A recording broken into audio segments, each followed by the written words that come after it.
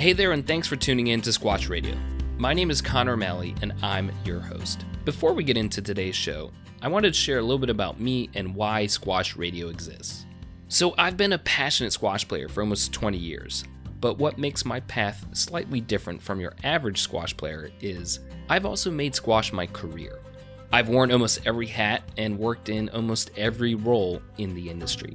Some quick examples are I've gone from being a volunteer at a professional event to then becoming the CEO of the US Open. I've gone from trying to make Team USA to then becoming the director of all national teams while working at US Squash.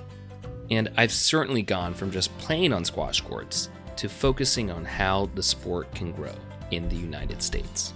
What has been a big part of fueling my passion all these years are the fascinating, passionate, and dedicated people involved in our sport. So, Squash Radio? Well, that's just a way to try and help share those stories. We hope you like it, and if you're interested in growing the sport, get in touch. Or can you help share these stories? Comments are welcome on any social media, or email us at squashradio@gmail.com. That's squashradio@gmail.com. Our biggest challenge is always trying to get the word out, so any help is so much appreciated. Without further ado, please enjoy the show. What about this? This call is being recorded. So my guest today is someone who really doesn't need any introduction to the squash community, especially in the United States, as she is the most successful US-born player in the modern era. That is Harvard graduate Amanda Sobhy, who is number 7 on the professional tour. A question for you. Have you ever really taken time to figure out what you want in life? Or felt yourself at a crossroads of what to do next? Likely the majority of us have or know someone. But what is different about the conversation today is Amanda is brave and candid to share her journey from this past year. I know a lot of us were hugely impacted by the year 2020 for many different reasons and on many different levels. This is just one story told in an authentic voice by a world-class athlete. Like always, we cover a range of topics, but we hope you enjoy our conversation. Hey there, squash fans. Welcome back to another episode of Squash Radio. We have a really exciting guest for you today, doing Amanda Sobhy, calling in. She's originally from New York State, but calling in today from Philadelphia, her new home. Welcome to the show. Thank you. Thank you for having me. Appreciate being on here. Yeah, it's good to see your face, too. We're doing video. We're only going to get audio, though, but it's great to see your face. You always have such a smiling face to see, so it's good to see you. I know, that's what I'm told by people. I feel like I have to keep it up. So I'm actually going to start off in sort of a non-obvious place because we know so much about you and what you've achieved being a squash professional, and we'll go into that in a little bit more. But I'm curious, if you weren't a squash professional right now and you could snap your fingers and do something else, what might that be? In just an alternative universe, what do you think that might be? Currently, if I were to say right now in the given place that I am in life, and just from what I've been surrounded by the last couple of years and everything, I would be in sports marketing. Oh, really? Yeah. I think there's been a lot of dialogue lately, especially in the squash world, on the marketing aspect and what's going to help grow the sport. And I've always been big. One, I love my social media. And 2, being a professional athlete, like I have to think of myself as a business. So I'm my own brand. And in order to get sponsors and kind of build my brand, I have to find ways to market myself. And that's got me ways of thinking of marketing in general. And then also just with the sport too. It's an amazing sport, but not that many people know about it. And in the States, it has this unfortunate connotation of being a little waspy country club sport.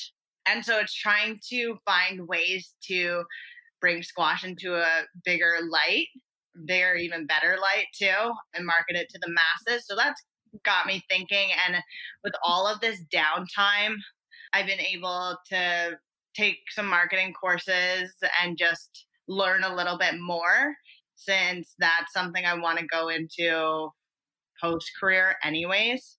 And I think given my personality, I just love interacting with people and events and socialization. And I think just it would be really, really fun to find ways to just build the sport in like a new, different light. And also Yeah, I like to almost push boundaries a little bit. And sure.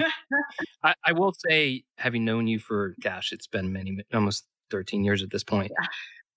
Very early on in your career, you were already distinguishing yourself by your branding. So I love that I didn't know that would be your answer, but you have been putting your money where your mouth is for a long time. So that's impressive. My question is, who do you look towards for inspiration? If you want to do marketing, who do you like? And doesn't have to be just one, but who piques your interest? yeah, it's tough. I don't really know that many like marketers, but in terms of branding, a huge inspiration for me has been Nicole David. Hmm. She's retired and, she's built this unbelievable brand of hers.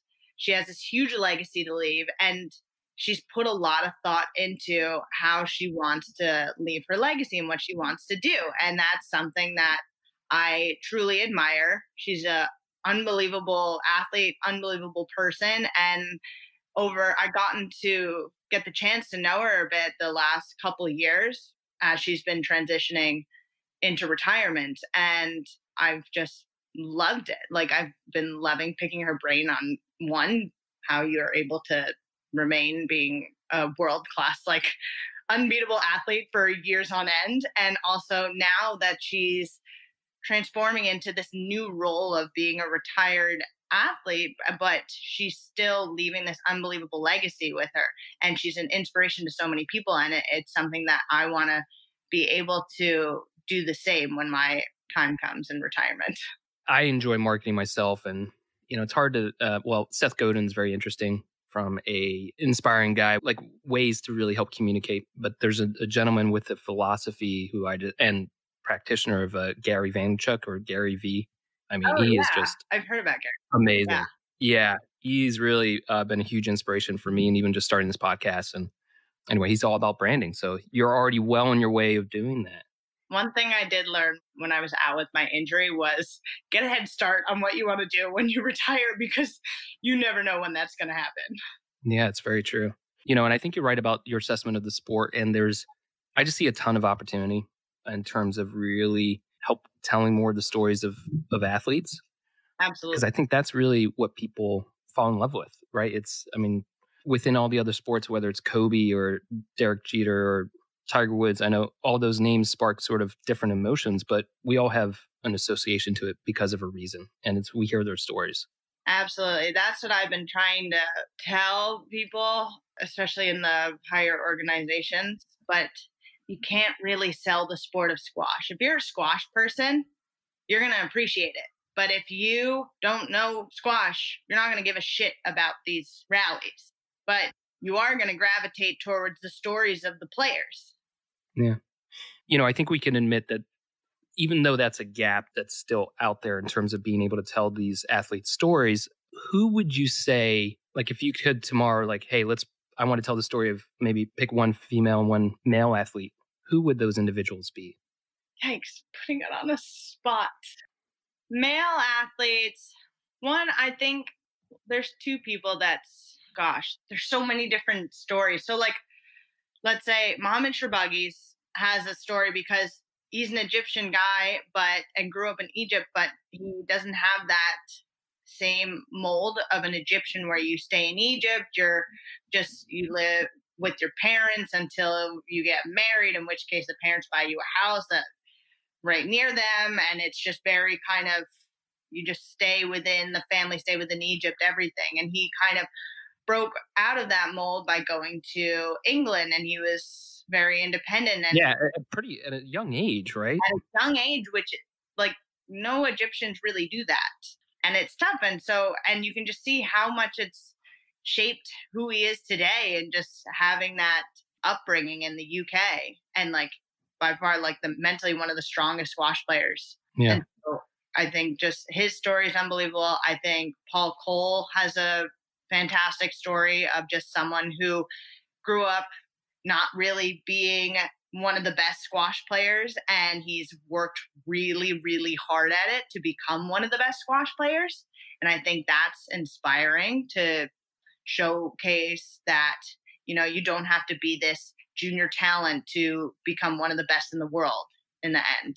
Yeah, I think for me, he reminds me a little bit of Nick Matthew in terms of like just someone who puts so much into the physical aspect of being so physically fit. And, I mean, Nick, who was just such a great ambassador of the sport and world number one, but Paul is he's impressive at what he's doing. I mean, do you know about his CrossFit story? Like, isn't he like high level CrossFitter? I don't know, and I don't want to say anything that's going to be wrong on here, so I'm going to just remove myself from that situation. So then what about on the women's side? And you can, again, if we can find someone who isn't as obvious in the media and the squash media, who jumps to mind for you?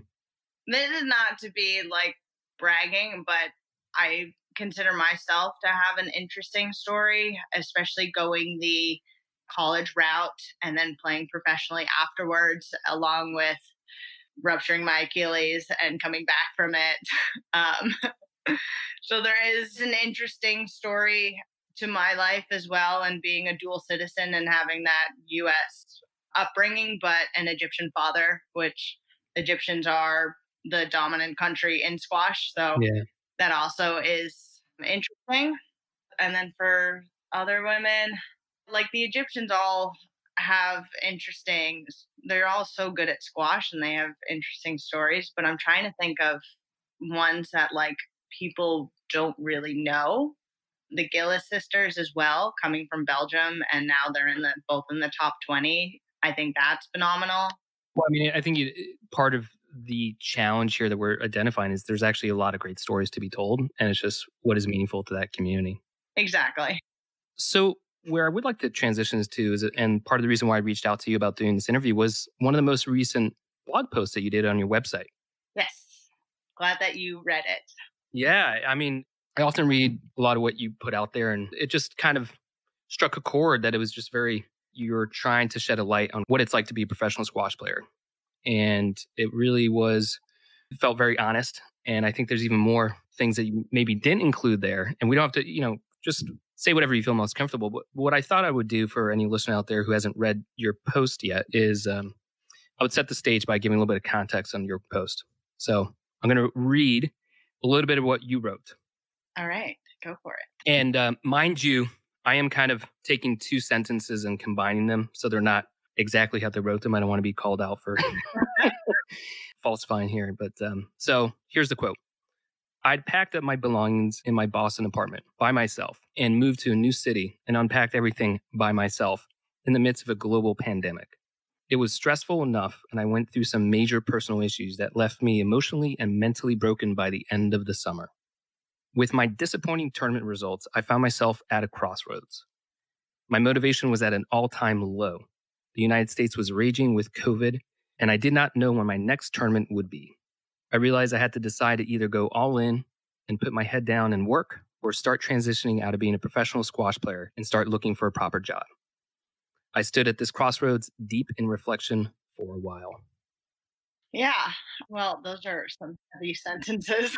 I know. It's odd when you sort of write and you put it out there in the universe and suddenly I'm reading it back to you. So I know what that's like. Yeah. But I guess the question I would have is, what did you learn about yourself at this crossroad period? Yeah, so I'm all about authenticity. I know other people don't share the same view and they want to keep their lives a bit more private and just show what they want to show and have just tournament results and social media posts of what they want to say, be their kind of put it out to the world. And I totally respect that. But for me, I've always kind of been someone that's very blunt, very honest. I don't sugarcoat anything, which sometimes can come off the wrong way. But I want to show people the full picture that, being a professional athlete, it's not all roses and dandelions. It's tough work, and it's not always about what you see in tournament results and ranking numbers. There's so much more that goes on behind the scenes that contributes to our successes or failures. And I just want to show that, the stuff that we go through is similar to what everybody else is going through. They think that because we're athletes, we're like some superhumans that don't struggle at all. But like, yeah, I fucking struggle a shit ton. I mean, I've had a year, and I did the same thing when I was injured. I wrote about my injury and kind of what goes on behind the scenes, because most times when athletes get injured, they just drop off the face of the planet. And I was like, no, like, I want to show people and write about the grind that I have to go through with my injury and what my new normal's like. And so it was so relatable to people. So many people, even to this day, write to me and they were like, I just ruptured my Achilles and someone recommended your blog and I read it and it was incredible. Just everything you went through is stuff that I was going through. And it just felt really nice to know that I wasn't alone.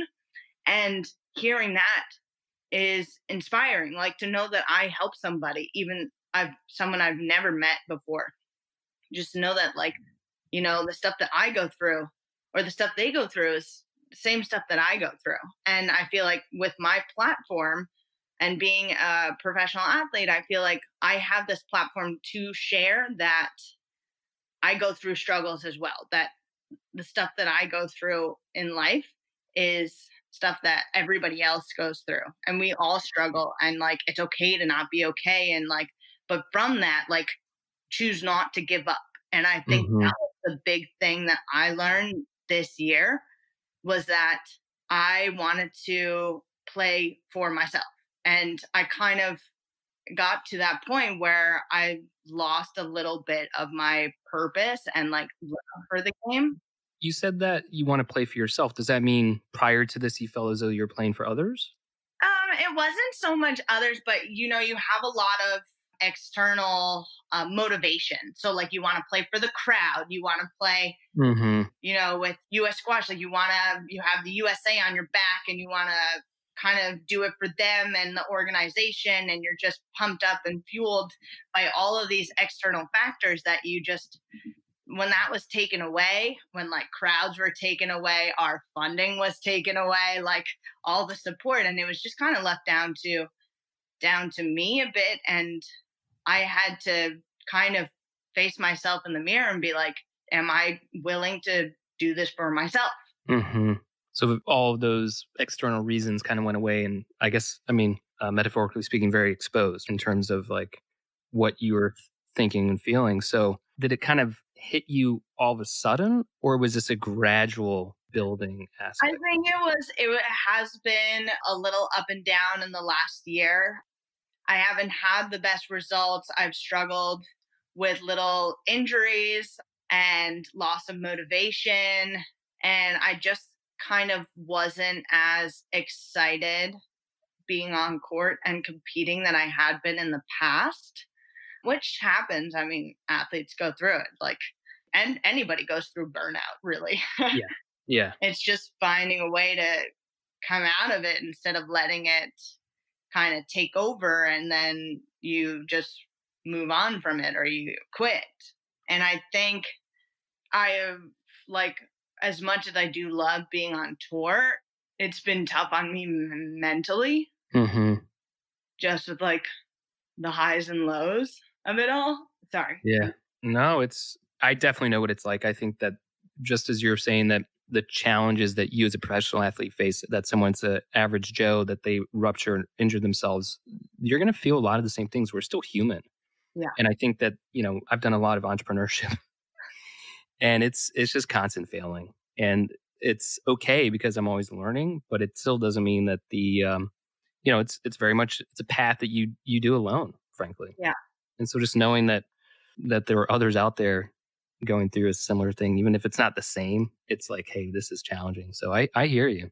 Yeah, it definitely was. And then over the break, just being in one place for an extended period of time, kind of just enjoying life, working out for my own health and well-being instead of having to train, and my body feeling good.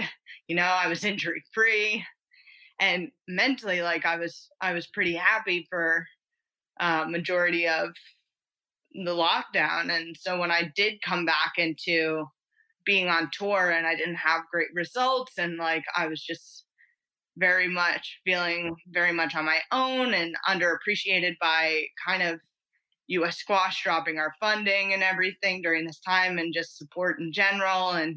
And so I just was kind of, and I was playing these tournaments, and sometimes my matches were at like 11 in the morning and with no crowds. And I was just thinking to myself, like, what the fuck am I, like, why the fuck am I doing this? Like, I'm not actually enjoying it.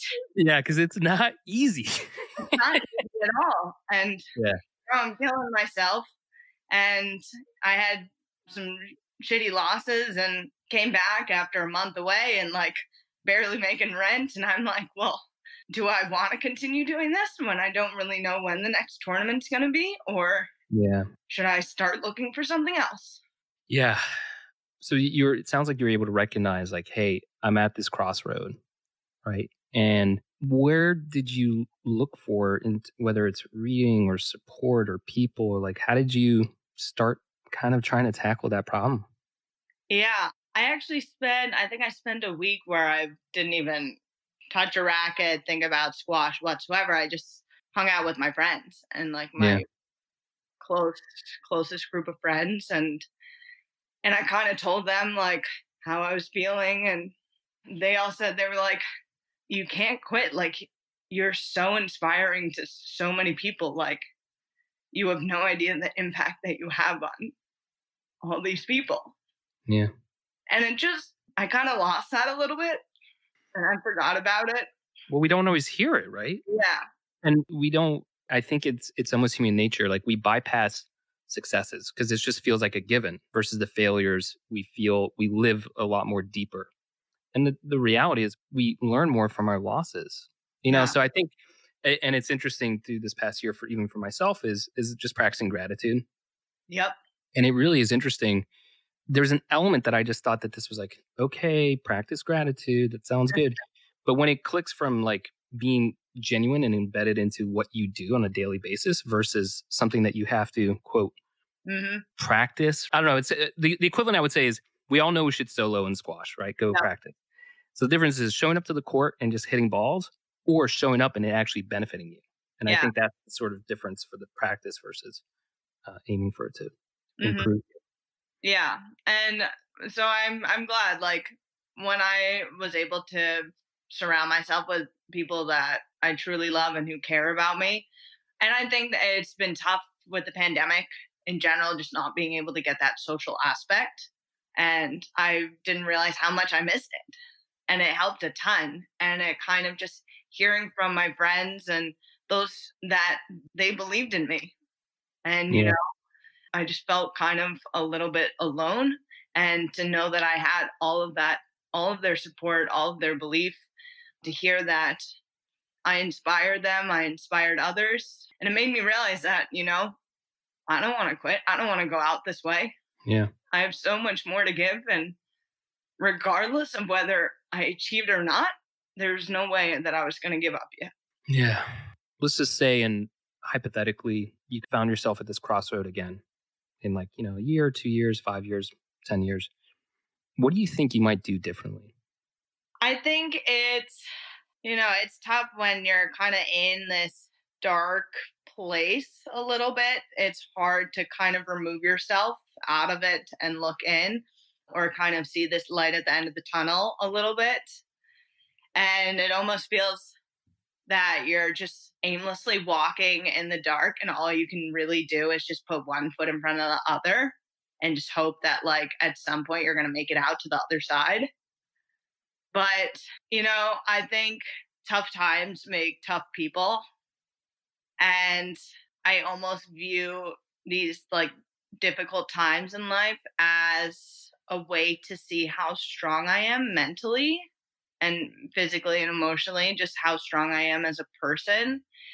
And it's almost, instead of going in thinking like, oh my God, like the world sucks and like being very negative, it's like, okay, I'm in this difficult time. Like, I'm going to find my way out of it and like bring it on. Like, I'm going to handle it. So having this different approach. And I think I got knocked down. I was pretty defeated after my first wave of tournaments when I came back in October. And I think if I happen to go through a similar stint again in a few years, which I'm sure burnout's going to happen in a few years again, I think learning from this experience will be the mindset that I choose to have will be different and more positive, and just knowing that, like, I can get through anything. One thing that jumps to mind in a similar period, I find myself asking myself questions. And what were those questions that you were asking yourself? I was asking if do I truly love this sport? Which I do. At the end, it's something that, I chose to be a professional. I knew I wanted to be a professional from a young age. And I had a very overbearing, strict parent. My dad was my coach growing up, and he kind of is a very old school mentality where it was like, more is more, not less is more, more is more. Like, you put in your training sessions in. If you had a bad session, like, that was your day off. You flew to a tournament, that was your day off. You wanted to go hang out with your friend, you have to train beforehand. And it's so easy to kind of resent the sport because of that sort of upbringing. But, it was tough. And there were many times where I was just crying on court and I didn't like it, but I put the work in still. I still did those sessions, even with tears running down my face, if need be. Like, I still did that session before my senior prom and showed up to my pre-prom with wet hair, because all I had time for was to shower, throw on my dress, and go to my pre-prom. But I love the sport, and I knew I wanted to play professionally. I knew that I wanted to be one of the best in the world. And I think doing it comes back to that, like, inside motivation of, like, I wanted to do this for myself. I wasn't doing this to, like, please my father who wanted to make me world number one. I wanted to do it because I wanted to prove to myself that I could become one of the best in the world. And I truly love the sport. And I think that helped me, that it was that question. And also, would I be happy? Would I truly be happy if I walked away from the sport? If I looked back in a couple of years, would I have regretted it? And I wasn't ready to move away from the sport. I had more to give.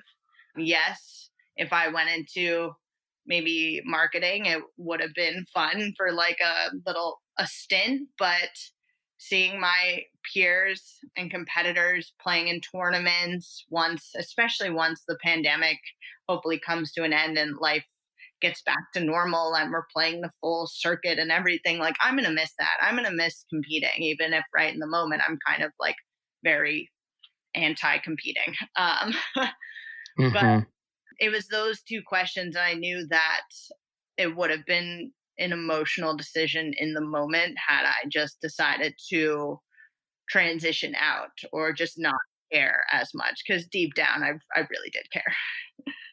So it sounds like those were the two right questions that you found for yourself. Did you figure out some of the wrong questions you were asking yourself? I think I was looking a little bit short-sighted and just disappointed in what was happening in the moment, and like the last few months in terms of the lack of support. Like, I felt very underappreciated by US Squash for dropping our funding, and then finding out while I was in the midst of my tournaments that our funding being cut was going to be extended until July 2021. And the reason I found out about this was on the PDF slides of the board meeting, because I'm one of the athletes on the board. And we didn't even get a conversation, like no conversation, no email, no nothing. And it's like, well, I've worked so hard. Like, I've helped you guys to kind of, as an organization, get you on the map to be like, wow, this is an organization that's like producing top players here. And this is how, and especially for the women's side, like, we are a force to be reckoned with. Like, we're doing really, really well. And this is kind of how we're treated. And so I was just pretty kind of pissed off about that.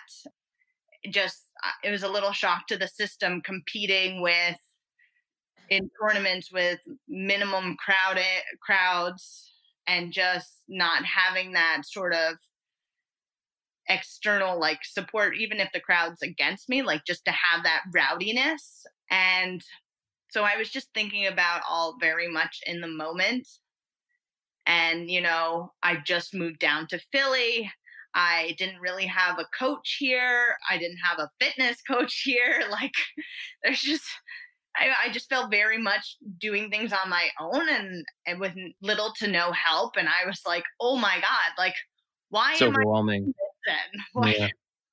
so it all kind of just combusted like in my face in the last like few months. And I was just thinking about in the moment instead of the big picture and like the big purpose of why I am like, why do I do what I do? Like, why am I killing myself in these training sessions? Like, why do I wake up every day when my body is like, no, stay in bed, please?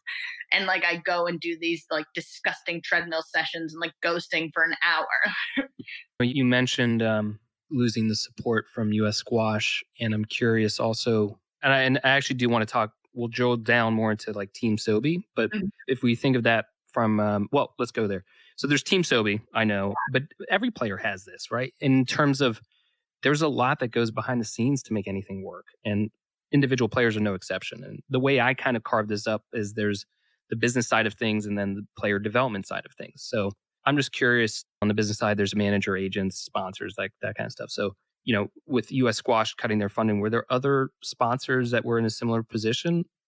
Well, actually, my other sponsors, US Squash was my biggest kind of support in terms of finances. And they were fantastic with their support, their elite athlete program. Like, it's been so helpful the last few years. And like, we're really appreciative of it, just to be able to not have to think about like, oh my God, how am I going to be able to afford my training expenses and all of that? And for them to just kind of wipe away that sort of stress in our lives so where we can just focus on training and being the best athlete is amazing. And when that kind of got cut away in the beginning, at first it was till January 1, and we're like, okay, we don't really have any tournaments, la-di-da, it's okay to not have our funding because we're not at this point, like I wasn't really training in the summer, like I was dealing with some outside personal issues too, and it was fine. Like, the expenses weren't that high anyways.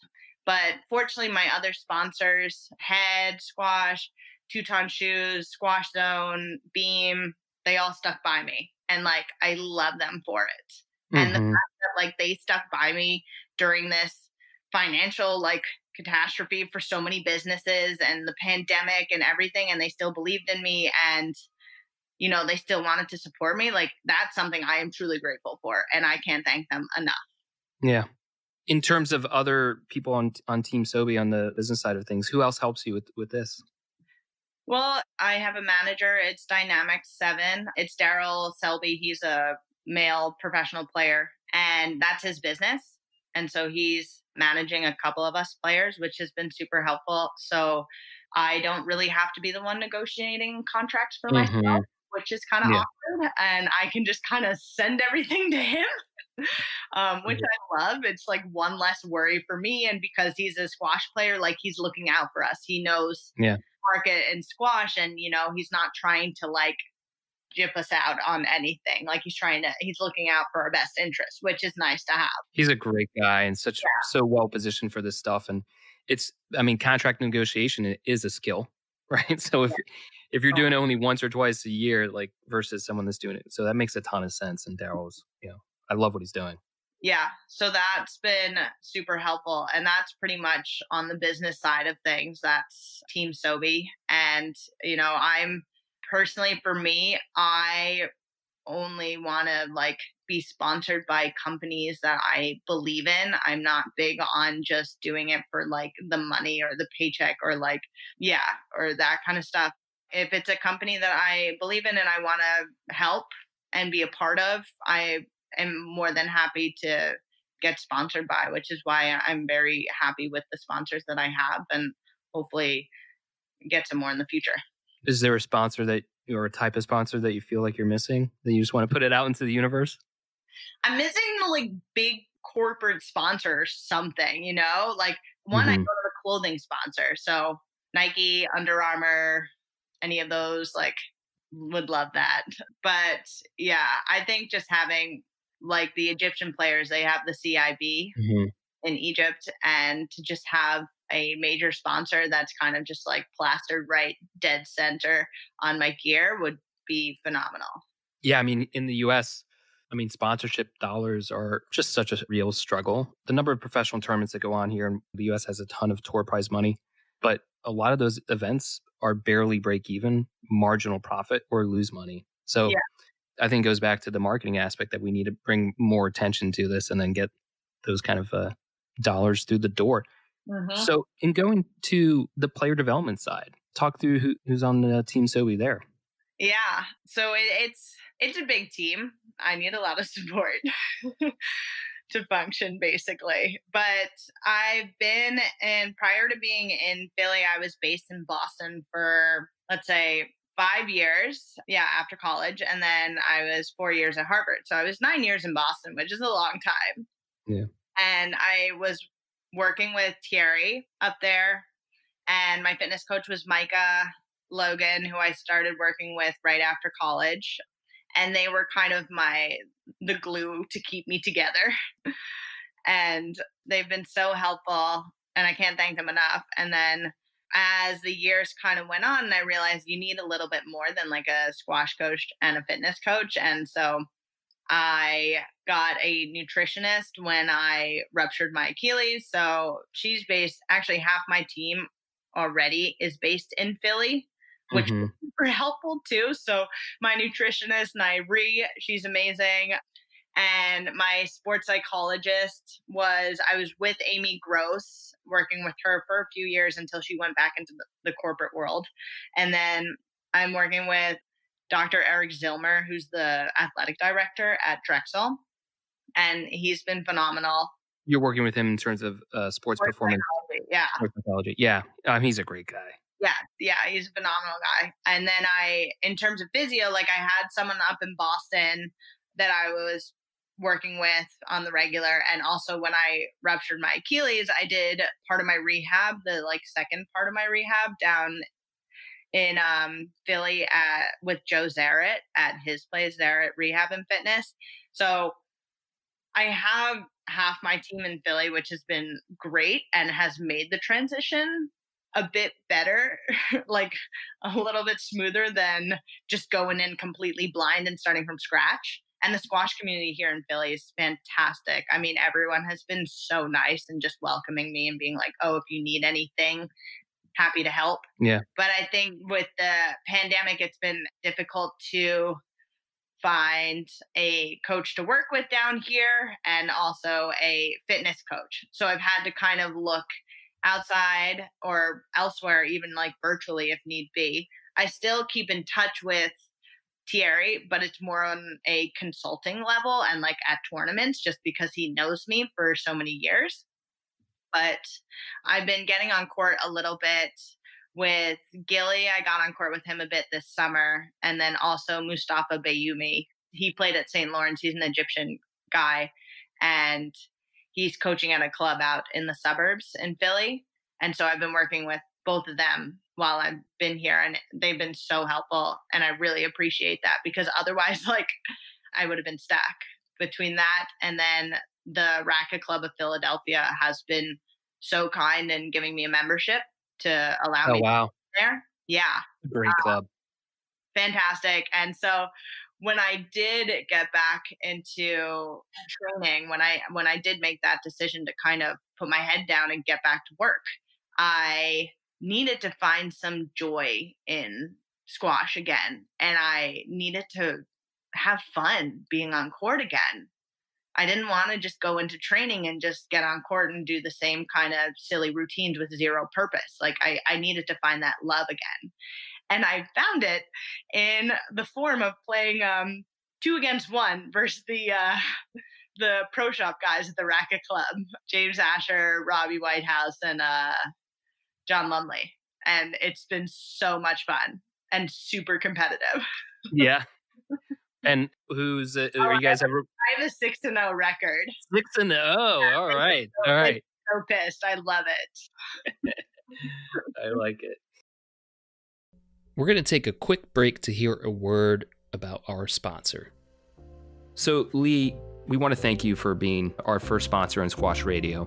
And just want to say, you've sponsored other avenues, but squash is always where your heart's at. What does it mean to you to be sponsoring squash? I think there's just a lot of interesting people in the sports. I've attended junior tournaments, I've been to professional tournaments, and you can always get into some engaging conversations. And I think Squash Radio is an avenue of bringing those people to the forefront. And I'm sure a lot of people would like to listen to them. And sponsoring this, we're just facilitating that. I think you nailed it. Is there anything else you might want to add? But I think you nailed it. That's exactly what I think. Because I'm in, like, with Hope. I've met Hope so many times and it got into a little bit of conversation, but listening to that conversation you had with her, she's just a squash through and through person. And I don't know how many listeners you get, but it doesn't matter. It's the fact that people can now relate to Hope as this person. Hopefully they're going to do that with me. I'm sure, because I'm quite a private person. I've never been a person who hung around the squash circle of people, but when I do, I've got some very good friends. And they will probably know me, but there's a lot of people who saw me at junior tournaments, and a lot of my juniors were top players in the country. But I think it's a great way of bringing some of the personalities from squash. That was Lee Witham, who is the CEO of Pro Sports LED, the sponsor of this podcast. You probably don't even think about lighting, and neither did we until we started talking to Lee. And now we totally get the problem that Pro Sport LED is fixing. And we know maybe that's not you now, or maybe not you ever. But if you know anyone who might be interested or need to improve their lighting for squash, tennis, soccer, you name it, it would mean a lot to us and our sponsor if you'd put us in touch. You can go to squashradio.com/LED or email squashradio@gmail.com. That's squashradio@gmail.com. Thank you again, and back to our show. Well, I appreciate your openness here and talking about a tough subject. And I think it's also, like I said, the people that relate to your physical injury, I think will definitely relate to this too. And we all go through it. And even just for myself recently, because I was having some tough times and felt like I was kind of like, fuck, I'm breaking down, But I did kind of, I'm sure it's already out there, so I'm not, I'm either not accrediting it to the right place, but I think that if you're having a breakdown, it means that you're almost ready for a breakthrough. Yeah. And that's kind of giving me some solace in terms of coming into the new year, the 2021. I'm going to try and do what I can and do it as much as I can for what I want to, right? I mean, it just kind of shows that life is too short to not kind of approach it that way. Exactly. Yeah. That's what I kind of the last couple months, and I am coming out with my last blog post for 2020 episode, we'll say part 5, and it talks about when I hit my third major breakdown in 2020. I think because I had talk about breakdowns, I've had my fair share, but the summer was just kind of one long one, and I hit my third one right before Thanksgiving. And that was kind of as I was just getting into momentum with training and everything. And then with the cases rising again, and Philadelphia just announced, oh, we're going back into a second lockdown until January 1. And I just lost it completely. Yeah. And I was like, well, this sucks. So it was tough. And I was working virtually with this fitness coach who my sister was working with at the beginning of the year when everything shut down. His name's Sammy. And fortunately, she was so nice when I was in Egypt in October in between events. And she was like, you know what? Just come with me to a session with Sammy. Like, you're going to enjoy it. And I was just feeling really like down about my performance. I did something to my hip, like my body's breaking down, my mind's just kind of gone. And I was like, fine, you know what? I'll go. And I went, really enjoyed it. And I kind of told them, and I was like, listen, can we work virtually? Like, I need help. Especially after I came back from the Egyptian Open and I was kind of just lost. and I needed some guidance. What does that look like? So you and Sammy are talking. What does that interaction look like then? Yeah, it's we'll work out virtually a few times a week. This was when the Racket Club was open, so I would go. We had 3 sessions in the gym, a ghosting session, and then a plyometric session, which I did on court. And so the sessions in the gym, we'd be on FaceTime, and I would have my phone on FaceTime with him, and I'd prop him up on like my water bottle, and I just bring him around the gym with me to all the different machines and he would tell me where to go. And it worked. Yeah. Yeah. I mean, I think this is also a good reminder that it was around this time last year where I front loaded, I hired a trainer because I was like, look, I need to be told what to do. Right. And it's just, it's reassuring to hear that, again, breaking down that wall of what it's like for professionals, like you're building the team, you're the engine, you're doing a lot of its stuff, but you still need to be told, or you want to work together in terms of how to achieve your goals, right? Exactly. So it's yeah. And it was so helpful because there's things that I know what to do and I know these exercises and everything, but just to have the expert to tell me what to do in terms of the sequencing and things with a purpose, and to provide some structure into my day and like my week. And I love structure. Yeah. I love having a little routine. For me and in business I coined this, and came out of a company I started where I was the founder, another founder again, and I dubbed it founder syndrome. Where like when it's your own thing and you're so in it that it's hard to have the perspective, and we need others. That's why it's actually way easier for me to go into someone else's business and have the perspective of like, hey, this is what you're really good at. These are your opportunities. These are the steps that we need to take to get there. Versus when it's myself, it's like you're driving, you're keeping charge of everything, and it's hard. So I think perspective really helps. Yeah. So I was really thankful for that. We're going to transition to another topic, but I did have a fan question came in for you. Oh, lovely. Okay. And it was interesting. It was, so let me just kind of read it out. So it's about dreams. Dreams. Okay. Dreams, but actually like, sleep dreams. And so this has happened many times in my life where you have kind of like stress work dreams where I'm like, me from running a ton of junior events and just professional events and that kind of stuff. And it's stressful. So I would have like, hey, I forgot to do X and the whole system is breaking down. So in terms of your job, do you have any work dreams? What does that look like for Amanda Sobhy's work dreams? Gosh, most of the time I do not remember my dreams, but they are extremely bizarre. One of the companies I'm sponsored by, and this is not meant to be a plug, but it's going to sound like a plug, but just it's a transition. But anyways, is this CBD company called Beam, and it's a startup based in Boston.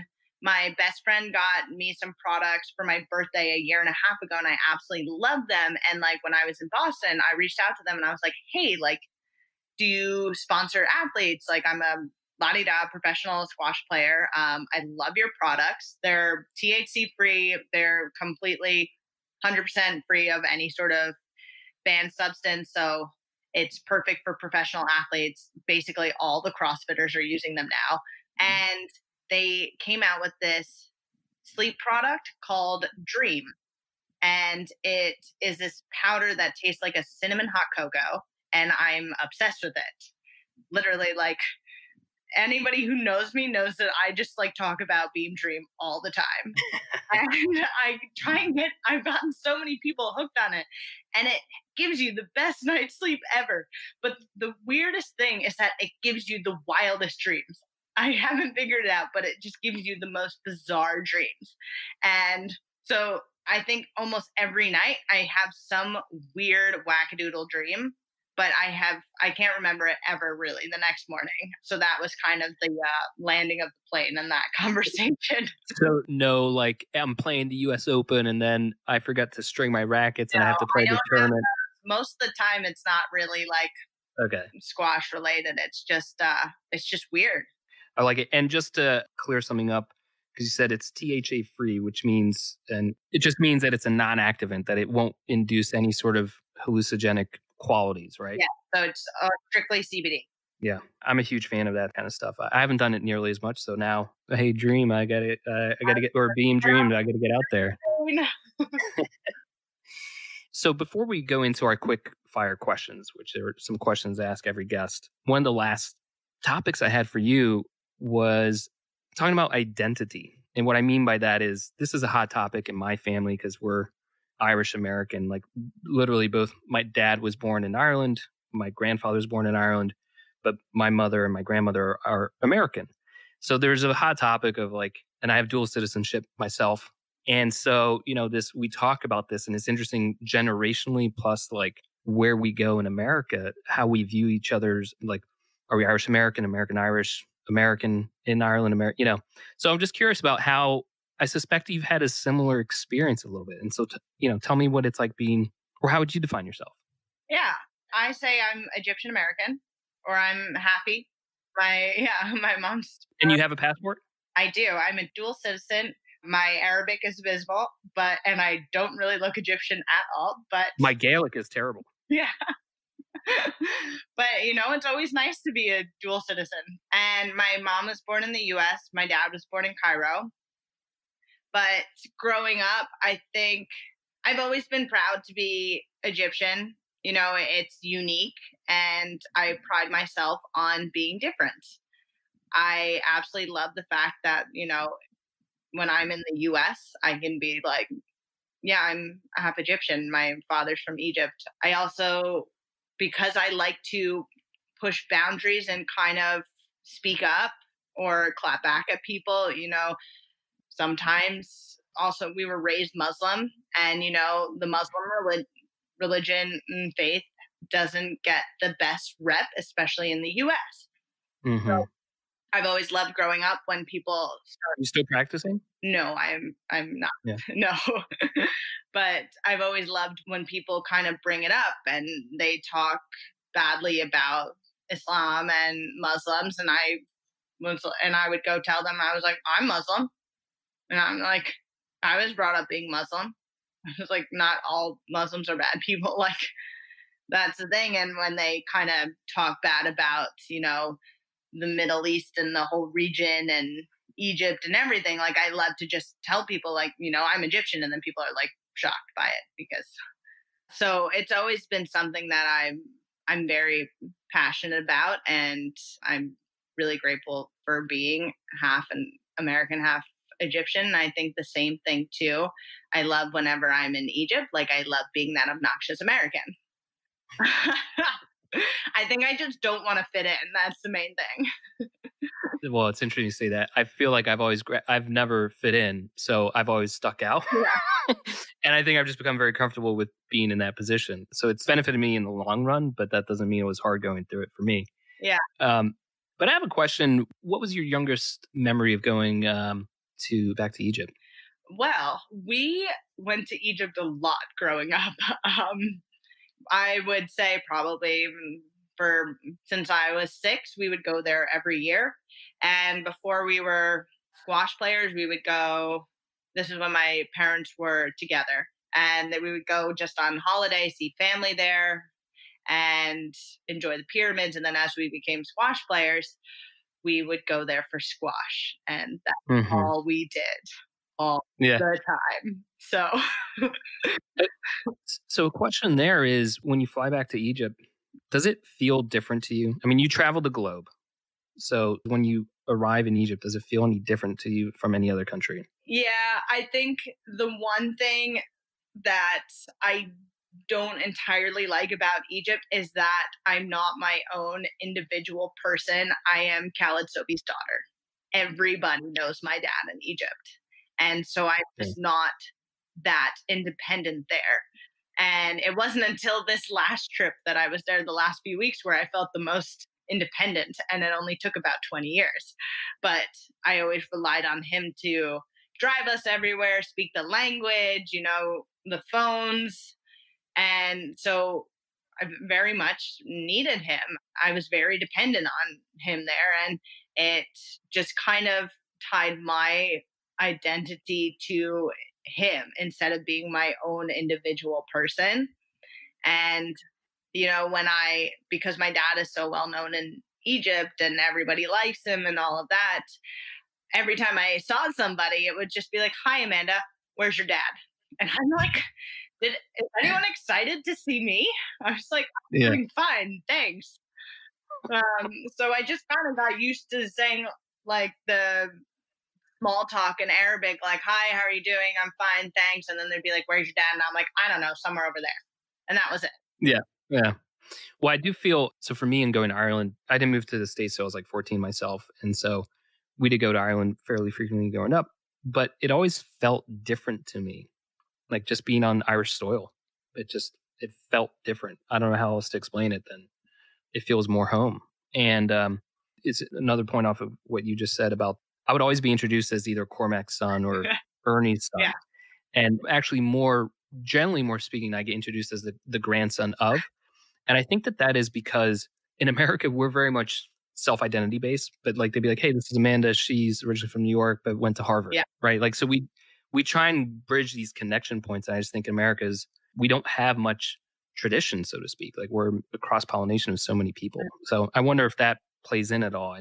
As when you said it reminded me of my own experience. Well, I'm a very independent person. So I love kind of being my own identity and just my own self. And so I struggle a little bit when I have to kind of get lumped into being the daughter of Khaled Sobhy. And even it is a cultural thing. So all of our middle names is the same between my brother and sister. And it's my dad's first name. So I'm Amanda Khaled Sobhy. My brother's Khaled Sobhy. And it goes back to like our grandpa. So my full name is Amanda Muhammad Khaled Mustafa Muhammad Sobhy. Wow. So it goes back. My dad has two first names. I don't know why. And that's Muhammad Khaled. And then my grandfather's name is Mustafa and great grandfather is Muhammad. So it just goes back the lineage and all of them are the same. Yeah. So they know who our father is. They know who our grandfather is. They know who our great grandfather is. Well, that's awesome. And it is, I mean, there were these systems that were created in terms of like, even in Irish, it's like whether it's O or Max or, son of or those kind of stuff, right? And actually, I'm O'Malley, but the rest of my family is Malley. Oh, wow. My grandfather added the O. And I mean, it had to do with he joined the Irish Republican Army, so it wasn't Irish enough. So he had to add the O. So anyway, there's only a few of us that have the O'Malleys in it versus the whole other side of the family is Malley. So there's two different naming conventions. And I appreciate you, when I'm going to bring you on, I was like, I don't know if anyone's ever asked you that. So I at least wanted to. No one really has. So I appreciate you asking. Good. Well, thanks for going with it. So we're going to go into the quick fire section now. All right. I'm ready.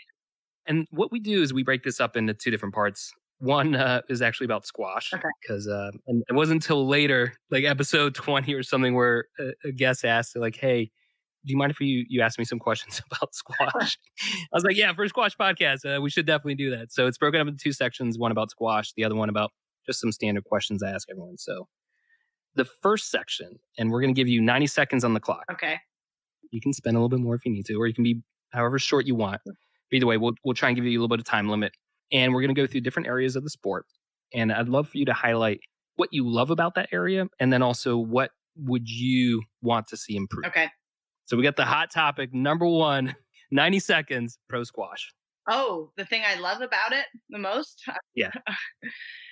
Just high performance. And then what was the second part to it? What you would want to see improved in that area. Oh, okay. Mainstream. Make it more mainstream. So deploying sort of like your marketing skills. Yeah. I got it. And then what about the area of college squash? What do you love about college squash? I love the camaraderie and also the diversity now. Mm-hmm. Fantastic. And then one thing that I would love to see it more, I would love to see it grow to kind of the big state schools. Yeah. There's one area that I do try and test myself to like see how big you could go in anything, right? And so in squash, like I hope that in the next 5 years or 10 years that we are hosting college nationals, like the team nationals, maybe the individuals too, in Madison Square Garden. Oh, that would be so cool. right? And it's like, so if not there, well, what else is that big arena that we're taking over? And it's, I mean, because college squash it's such a fun product. It is just, It's fantastic. It's so much fun. And I think it needs to be highlighted more. yeah. What about the area of junior squash? And again, you can speak of it from either your experience or kind of your observations of it now, or what do you love about it and what would you want to see improved? What I loved about junior squash back in the day was being able to hang out with all my friends, since that was like my social time. I am a little different scenario now. I think what the downside of it now, I think it's way too cutthroat and it's unbelievably competitive. I think some parents are getting a bit too pushy and it's leading to burnout for their kids, which I feel bad about. I was fortunate that my entree, and I didn't touch a racket till I was 16, and I jumped in boarding school squash. So it was all team squash. So I didn't know any different. That it was like literally 7 years or so before I really competed by myself. And it felt so weird to me. So I had like the inverse experience. Yeah. Yeah, that's interesting. What about officiating or refereeing? Oof. Positives? I mean, loser doesn't have to referee. I'll take that as positive. Which is a true thing that used to happen literally 15 years ago in the sport. Oh, absolutely. Where the losers at major professional tournaments would have to referee. Yeah. So that's a pretty big improvement. That is a massive improvement. Yeah.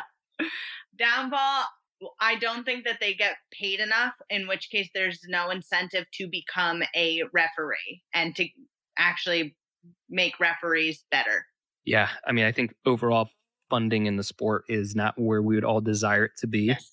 And, I mean, just even for you, imagine, and you're sort of already being asked to do the same level with less, right? So like, if that's unfair, then where else is that true that we need to be investing funds to improve the sport? And I totally agree. I think there are a huge guys and girls that do this. And actually, I was interviewing Hope Prokop, which is how amazing is it that we have someone like her now operating at that level, and we need more people like that.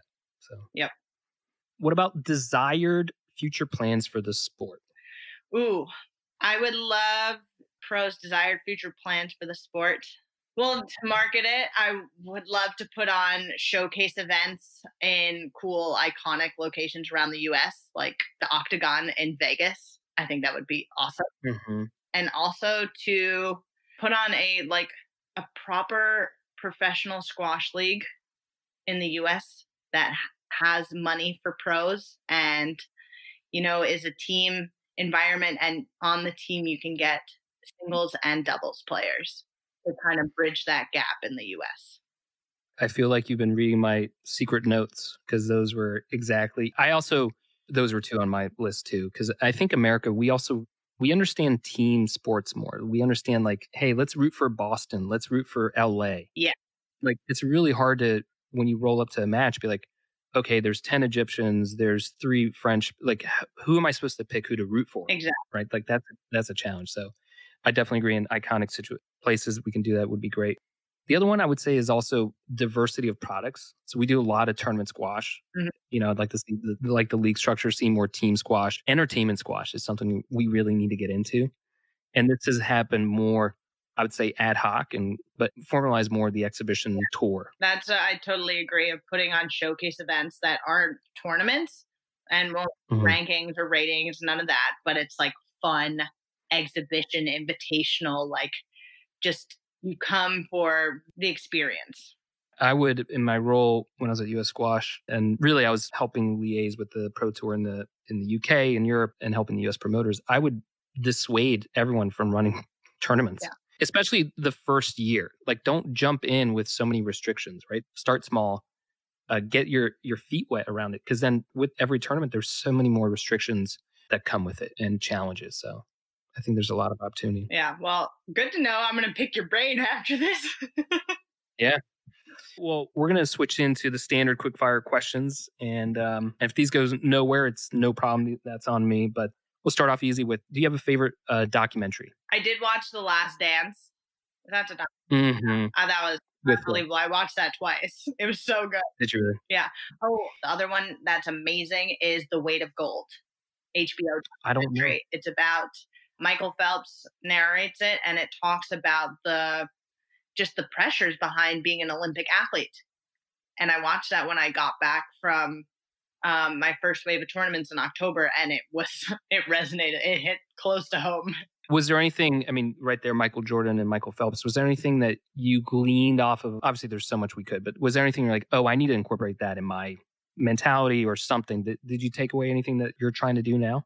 I think it's having that mentality of always doing a little bit extra. I was great about training and I thought that I'm doing a good job, but like you could always do a little bit more, and being disciplined in the outside, like the stuff you do off court or outside of the gym, the hydration, the diet, the sleep, the physio, the recovery, the mental preparation. There's so many little components that if you do spend maybe, or you enhance it and you get a little bit better in all those things across the board, then your performance overall is gonna go up drastically.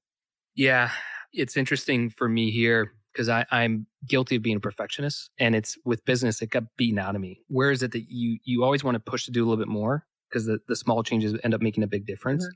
But then when is it you're getting to the point of diminishing returns? And it's something I struggle with personally. And so it's, I think being aware that is a challenge. And when are you, like literally I've been crying, like editing certain stuff and it got lost. And that was like 5 hours of my life gone. So anyway, yeah, switching, what gets you fired up?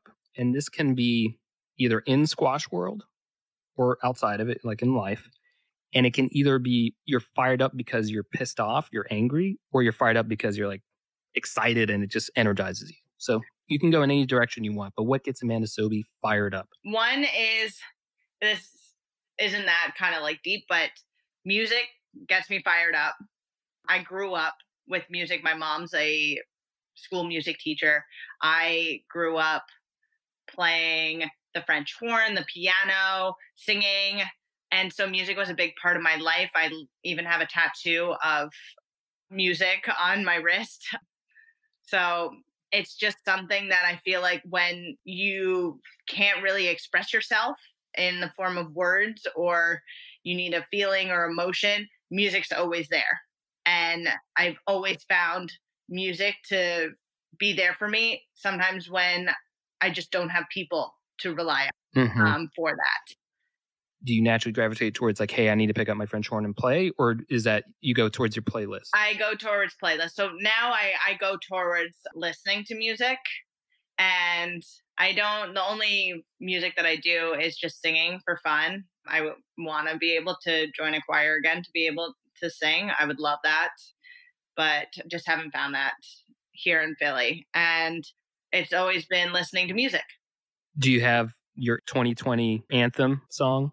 No, I don't have, because there are so many different, with the moods that I went through in 2020, man, like that is a whole list. Well, what was the one, let's go for an uplift. Like what was the like, hey, if I listen to this song, it's going to give me an injection of happiness. Like what would be that song? Currently I've been loving this kind of dance song called This Is Real by Jax Jones. But yeah, it's the current one now. You want to hum us a few bars? No. Absolutely not. No. But I love just kind of those tropical house vibes. So it's the music that is with almost like saxophone, and it's jazz and type stuff, but with like a dance type of EDM beat to it. Oh, cool. And it's just like all around those good feel vibes type thing. How long's the song? 3 minutes. 3 minutes, yeah.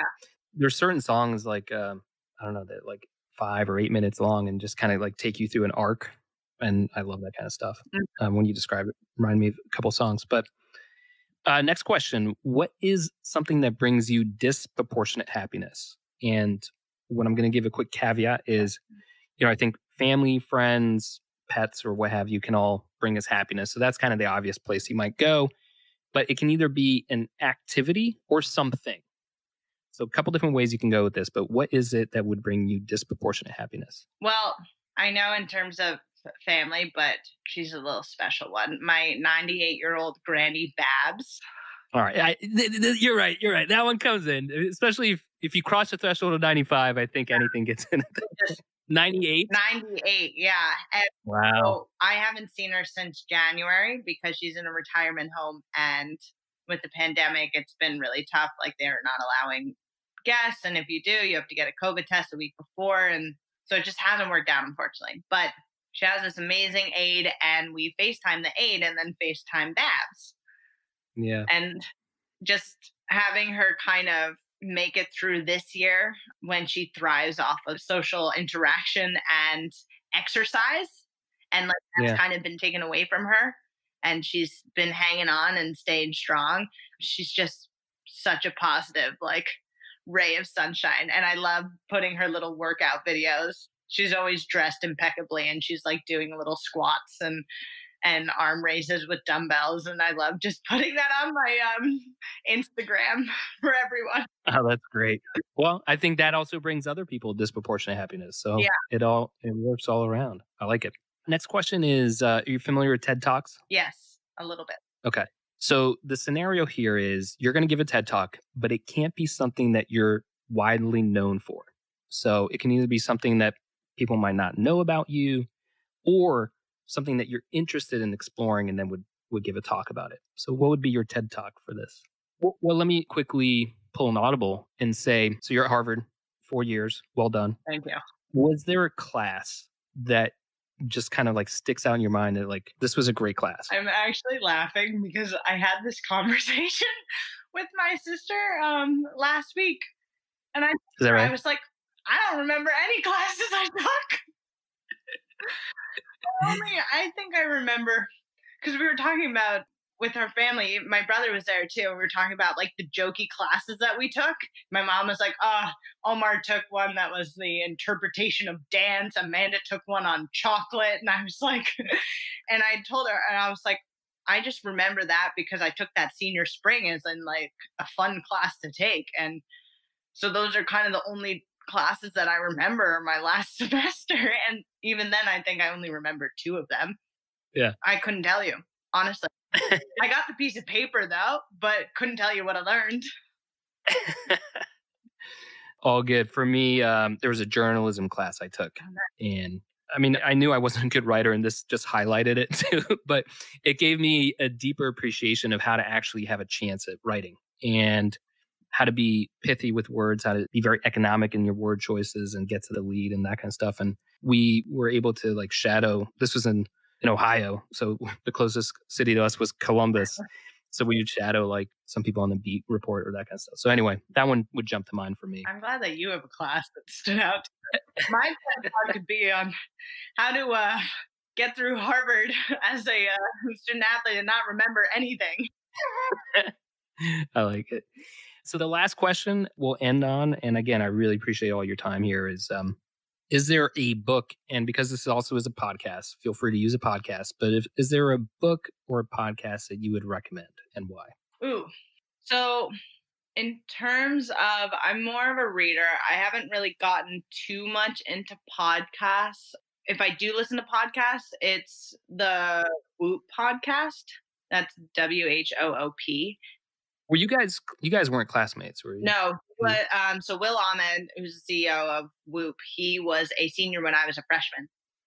Okay. And we were kind of the test dummies for his initial product and everything. And so it's been cool seeing it evolve over the years, and they're like killing it.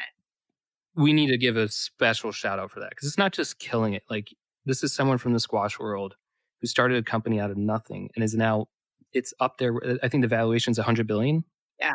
Something in the billions. That's insane. Yeah. So what a testament to the drive. Yeah. And the fact that it's also like been detecting COVID with the respiratory rate and helping so many people just stay safe and not risk like going to see their grandparents for the holidays because they've had their respiratory rate, or like kind of informing them, hey, maybe I should go get tested, or maybe I should like isolate for a little bit because of this spike in respiratory rate. And I think that's huge.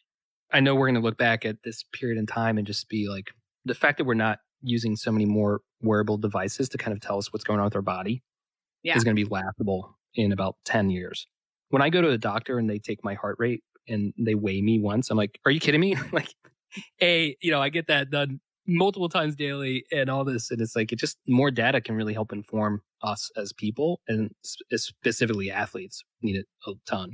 Yeah, 100% agree. And so they're doing a great job, and like they're way ahead of the curve. And I'm just happy to be kind of on the little train with them and watching it grow. But I love, back to the podcast thing, I love listening to their podcasts. I think it's because they're such a high performing company, and they're all about achieving, like learning the most about your body to be able to perform at your highest self. Their podcast is all about that, between interviewing people in different kind of sectors of life, whether it's being a CEO of a company, a professional athlete, just like a fitness trainer, and just talking about their life and being a high performer. And there's so many similar crossovers that is relatable, just with, failures and learning from the failures and just growing from it. And everybody has the story of like being knocked down multiple times and hitting rock bottom and building from the ground up. And like that's made them more resilient, and how they got success in the end, and their mindset. And it's just phenomenal to listen to, and it's inspiring. So that's kind of the only real like podcast now, in addition to yours. Was there any particular guest that stood out for you of like, hey, if someone's going to give this a shot? I loved listening to, there've been a few pro golfers. Rory McIlroy. I'm not butchering his name, right? It was fine. I'm terrible. Yeah. But his was interesting.